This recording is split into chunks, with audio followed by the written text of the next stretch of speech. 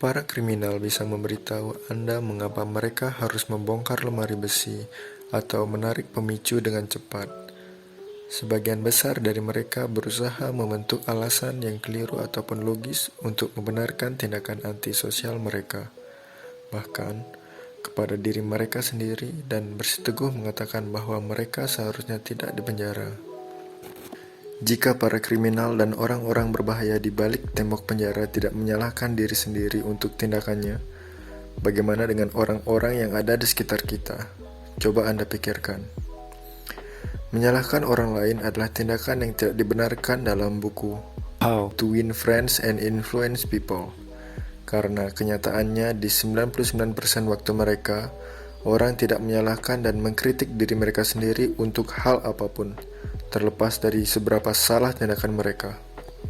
Kritik itu sia-sia karena menempatkan seorang di posisi mempertahankan diri dan biasanya membuatnya berusaha membenarkan diri sendiri. Kritik itu berbahaya karena melukai harga diri seseorang yang berharga, melukai perasaan penting yang dimilikinya dan membangkitkan dendam.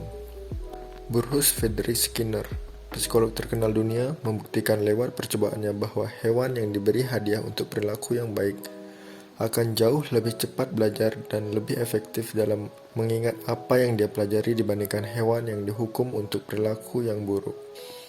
Kajian-kajian itu menunjukkan bahwa itu juga berlaku pada manusia. Dengan mengkritik, kita tidak menciptakan perubahan yang bertahan lama dan seringkali menimbulkan dendam. Dendam yang ditimbulkan oleh kritik bisa mengecilkan hati karyawan, anggota keluarga, dan teman, serta tidak memperbaiki situasi yang telah dikritik. Alkisah, ada seorang mandor yang memerintahkan pekerjanya untuk menggunakan helm saat bekerja. Setiap kali para pekerja tidak menggunakan helm, ia menegur dengan keras atas dasar peraturan. Hasilnya, dia menerima respon murung dan seringkali setelah dia pergi, para pekerja melepas lagi helm pengaman mereka. Melihat hal tersebut, mandor menggunakan cara yang berbeda. Kali berikutnya saat ia mendapati pekerja yang tidak menggunakan helm saat bekerja, dia bertanya apakah helm tersebut tidak nyaman atau tidak pas. Lalu dia mengingatkan dengan nada suara yang menyenangkan bahwa helm tersebut dirancang untuk melindungi mereka dari cedera dan menyarankan agar helm itu selalu dikenakan di tempat kerja.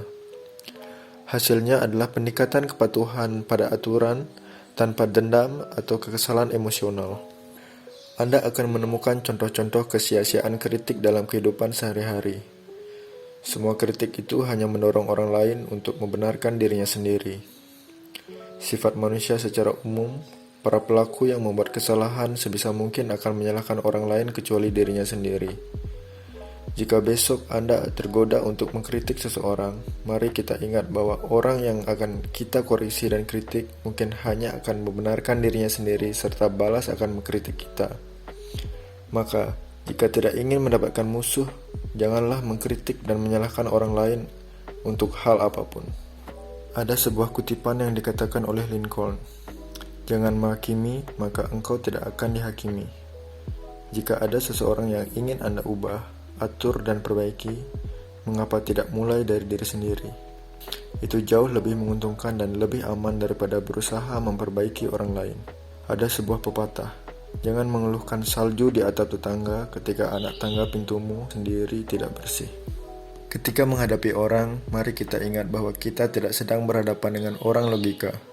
Kita sedang berhadapan dengan orang emosi. Orang yang dipenuhi prasangka dan dimotivasi oleh harga diri serta keangkuhan. Kritik yang pahit bisa membuat orang lain tidak berpikir secara rasional dan dapat membuat orang bunuh diri. Ada sebuah rahasia. Jangan bicara buruk tentang siapapun, bicaralah tentang kebaikan yang Anda ketahui tentang setiap orang.